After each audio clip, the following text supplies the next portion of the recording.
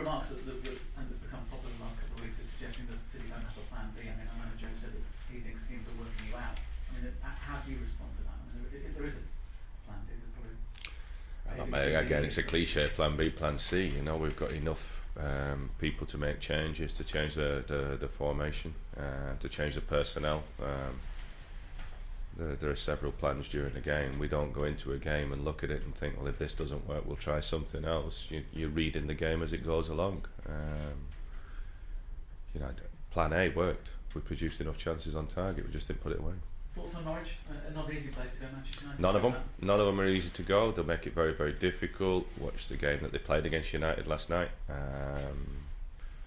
know, they'll make it very, very difficult. They defend as a group. They're very compact. Don't give a great deal away. And then they've got players that can hit you on the break. Two wide boys have got pace. Hulahan will get it in little pockets. They can get crosses in the box. They've got people that can attack it. So, you know, it's a tough place to go to. But I don't see that many easy games in the Premier League. I really don't. Can you call anybody injury-wise that you haven't been able to call on? Samir and Gale are back on the training pitch, so they'll be available for selection, I think. Carlos was a bit under the weather before the game against Sunderland. We gave him the day off yesterday, but more just to keep him away from the place. We don't want nothing like that spreading. But he should be back in this morning. Mario, okay? Or Mario's still feeling the effects of the virus there. Can you give us any insight into January at all? I mean, I know that they're questions for the manager, not for yourself. Will there be any sort of personnel changes? Questions for the manager, not myself. I don't know. I'd just be speculating, James. I really would. You know, I don't know. I think January, and this is just an opinion, not based on David Platt, the assistant manager of Manchester City. It's an opinion based on just thoughts, really. That I think it's a very difficult market to go and work in. I think the kind of players that you would want to improve a squad like Manchester City or like one of the top teams invariably are already playing for the top teams that are involved in some way, shape or form with chasing on us. So I think it's a difficult market to go and operate in it.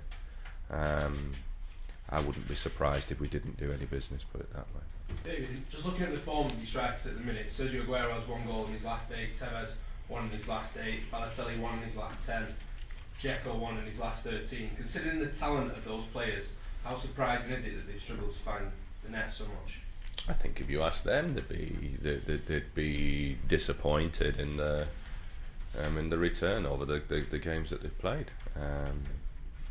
But that, you know, as I say, I think goal scorers go through barren spells. There's no doubt about it. We're just unfortunate that at this moment in time, all of them seem to be having one at the same time. But I wouldn't just blame them. You know, I mean, if you look at the goals we scored last season to the goals that we scored this season, we're significantly down.